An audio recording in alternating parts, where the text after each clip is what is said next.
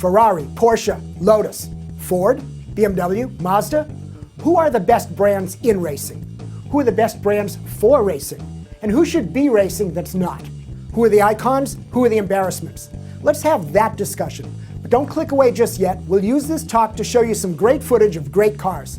And to get you involved, not just watching and baiting, but thinking and commenting about the who, what, and why of auto brands and auto racing. So no jokes today. This is the serious shakedown. But that doesn't mean it can't be fun.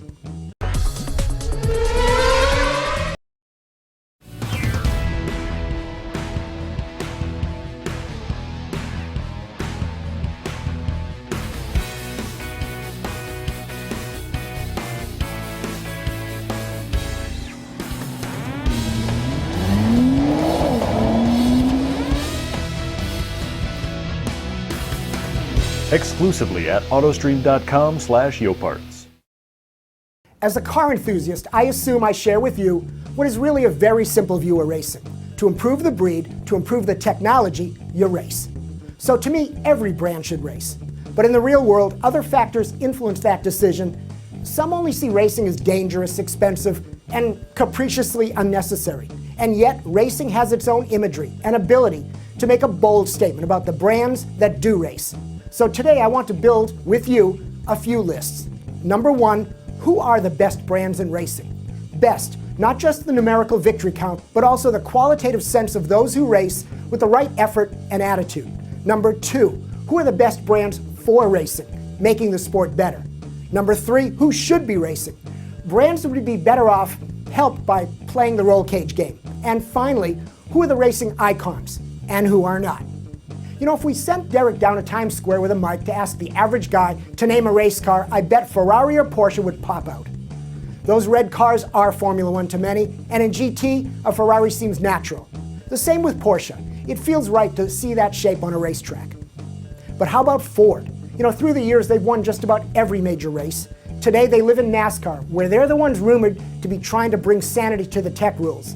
NHRA, all hail John Force and Ashley. And road racing with Mustang, Grand Am engines, and the Maytech GT1 headed back to Le Mans. And in WRC, Ford is a force, which, by the way, allows me to remind you that Kenny Block kicks off his WRC campaign in Mexico March 5 through 7. But for now, it's the Abu Dhabi team to really watch, as well as the transfer of Ford racing tech to road cars like the Focus RS, rumored to be finally headed to the US. Oh yeah, and V8 supercars down under. The first 2010 races will be on Speed TV in the US this Saturday, Feb 27 at 4 p.m. Eastern. And how about Audi? You know, when these guys race, they don't F around, from their way back auto union days to now. But here's the sleeper to the best list, PSA, Peugeot Société Anonyme, the makers of Peugeot and Citroën, only the reigning Le Mans and WRC champions. Here's the 2010 908, just launched, headed to Sebring March 20. New rear body aero and engine tuning. 4 cars versus 3 Audi at Le Mans 24. No Sebastian Loeb guest drive, but Peugeot did confirm it's already building the next 90X, and it will be hybrid. Who else? How about McLaren, now that they're going to be a road car builder? So who do you want to add to the list of the best in racing? Now in this category, I have to go with Mazda and Mitsubishi. Both brands have contributed mightily to growing grassroots racing.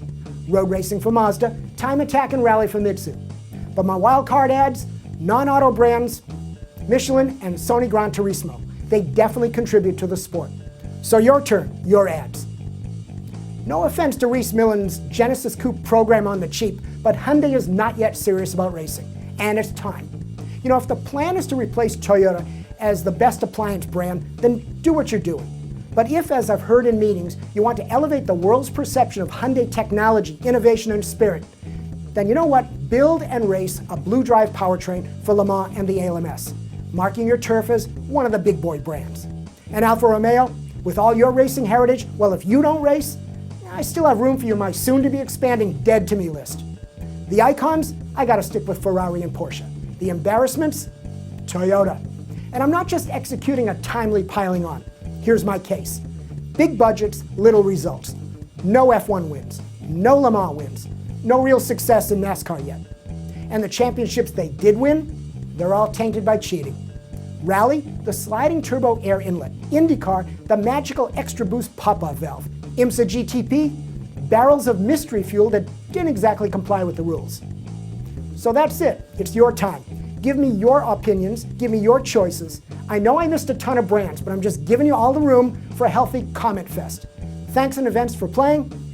Shakedown. I have no idea what we're talking about, JF.